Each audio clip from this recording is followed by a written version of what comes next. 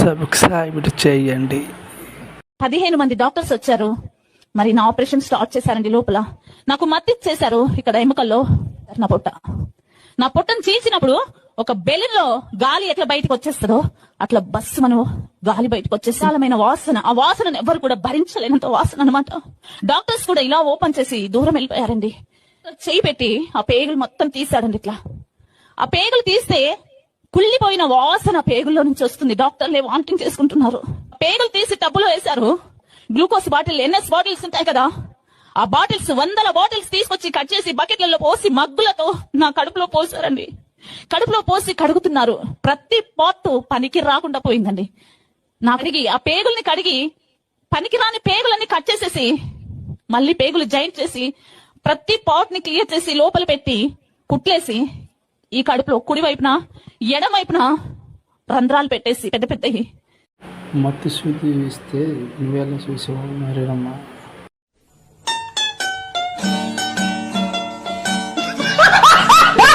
యేసు ప్రభు పరువు తీస్తున్నారు కదే.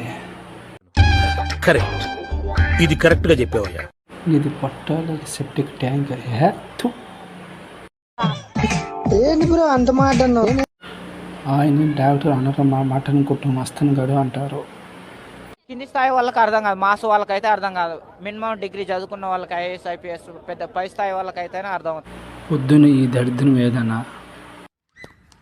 పొద్దున్నే బేవర్స్ గాళ్ళు ఎక్కువైపోయారు. చచ్చా, ఏం పేగులక్క, గుర్రు పేగుల పెట్టారా? ఓ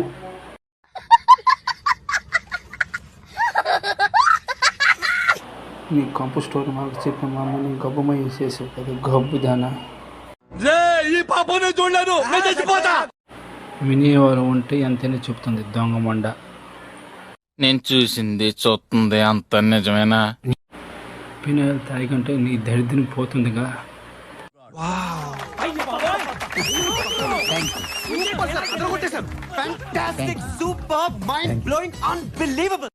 జనాలు పిచ్చోరు, మీరేమో తెలివి గలవారు. టాలెంట్ చూపిస్తున్నావేంటి? ఏమన్నారు? టాలెంట్ చూపిస్తున్నావేంటి అన్న.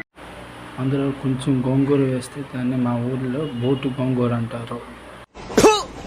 నిన్ను కొట్టినా కుక్కను కొట్టినా ఒకటే.